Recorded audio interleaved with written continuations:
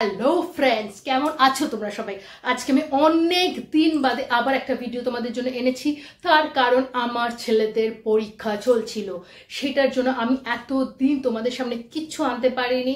সেজন্য আমি ভীষণ ভীষণ দুঃখিত। তো আজকে আমার ছেলেদের পরীক্ষা অ্যাট লাস্ট শেষ হয়েছে আর আমরা ভীষণ ভীষণ রিল্যাক্সড। সেজন্য আমি আর আমার দুই ছেলে আজকে চলে গেছিলাম একটা রেস্টুরেন্টে, যেখানে আমি আগেও গেছি, সেই রিভিউ তোমাদের সাথে শেয়ার করেছি। কিন্তু এবারে গিয়ে আমি কিছু চেঞ্জেস দেখলাম, নাকি সবকিছু একই আছে। তখন তো ভীষণ প্রশংসা করেছিলাম, খুব ভালো ভালো বলেছিলাম, কিন্তু এখনো কি একই সেই সবকিছু পেলাম?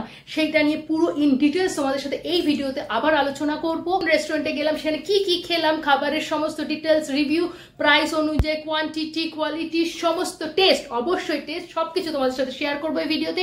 তো কোথাও স্কিপ না করে খুব ছোট্ট একটা ভিডিও, পুরোটা দেখো, পুরো ইন ডিটেলস একটা রেস্টুরেন্টের খুব ভালো রিভিউ পেয়ে যাবে। আর সব থেকে বড় কথা যেটা, বিফোর আফটার রিভিউ পাবে, কারণ আমি কিছু মাস আগেও গেছিলাম, আবার কিছু মাস পরেও গেলাম। তো সেই জন্য একটা তোমাদের একটা আইডিয়া হয়ে যাবে যে তোমরা নেক্সট টাইম এখানে যাবে কি যাবে না, সেটা তোমরা ডিসিশন নিতে পারবে। সবার আগে যেটা আমি বারবার বলি, যে আমার ভিডিও যদি তোমাদের ভালো লাগে তাহলে অবশ্যই আমার চ্যানেলটাকে সাবস্ক্রাইব করতে একদম ভুলো না। আর আমার ভিডিওটাকে লাইক অ্যান্ড শেয়ার করে সবার মধ্যে একটু ছড়িয়ে দিও। তাহলে আর কথা না বাড়িয়ে দেখতে থাকো আমার সাথে। তো এই দেখো বন্ধুরা, আমরা পৌঁছে গেছি বালিগঞ্জের ফর্কফুল রেস্টুরেন্টে। তোমাদের সাথে এবার এখানে ভেতরে ঢুকে ইন্টেরিয়ারটা কিরম সেটা শেয়ার করে নিচ্ছি। ইন্টেরিয়ার তো আমি আমার আগের ভিডিওতেও দেখিয়েছিলাম, ইন্টেরিয়ার একদমই সেমই আছে। অবভিয়াসলি এই ফিউ মান্থসের মধ্যে তো ইন্টেরিয়ার সেরকম কিছু চেঞ্জেস আশা করাও যায় না, কিন্তু আমি যেটা দেখলাম সেটা হচ্ছে খাবারে কোয়ান্টিটি, টেস্টে কিন্তু একটা বিরাট ডিফারেন্স এসছে।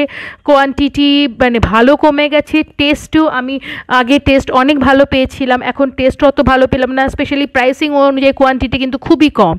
তো এই দেখো, আমি তোমাদের সাথে মেনু কার্ডটা শেয়ার করে নিচ্ছি। এখানে সমস্ত কিছু details, pricing, each and every আইটেমের তোমরা পেয়ে যাবে। তারপরে আমরা কি কি নিলাম, কি কি খেয়েছিলাম, সমস্ত কিছু তোমাদের সাথে ইন ডিটেলস শেয়ার করব। আমাদের দেখছো মাত্র আমি আমার দুটো ছোট ছোট ছেলেদের নিয়ে গেছিলাম, সেখানে যা খাবার নিয়েছি আমাদের কিন্তু ভীষণই কোয়ান্টিটি কম মনে হয়েছে। যেখানে আমরা খুবই কম খাই সেখানেই এত কোয়ান্টিটি কম মনে হয়েছে। তো আমি কিন্তু এবারে গিয়ে ভালোই ডিসঅ্যাপয়েন্টেড হয়েছি। এইটা দেখো, এটা হচ্ছে একটা স্মুদি নিয়েছিলাম আমরা, অরেঞ্জিনা।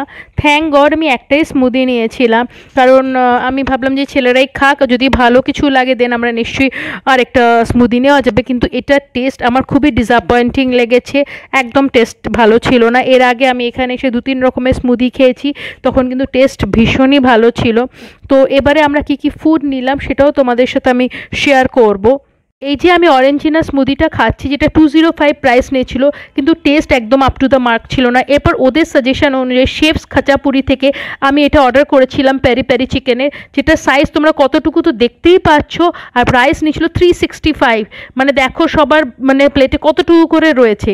এরপরে আমরা chef special spaghetti chicken order করেছিলাম, সেটা দেখো একটা বলে এইটুকু কোয়ান্টিটি, যার দাম 425। দেখো এক একজনের প্লেটে কতটুকু করে স্প্যাগেটি আর চিকেন পড়ে রয়েছে, খুব বেশি রকম দাম আর কোয়ান্টিটি ভীষণই কম। আর এইটার স্প্যাগেটির টেস্টটাও খুব বাজে ছিল।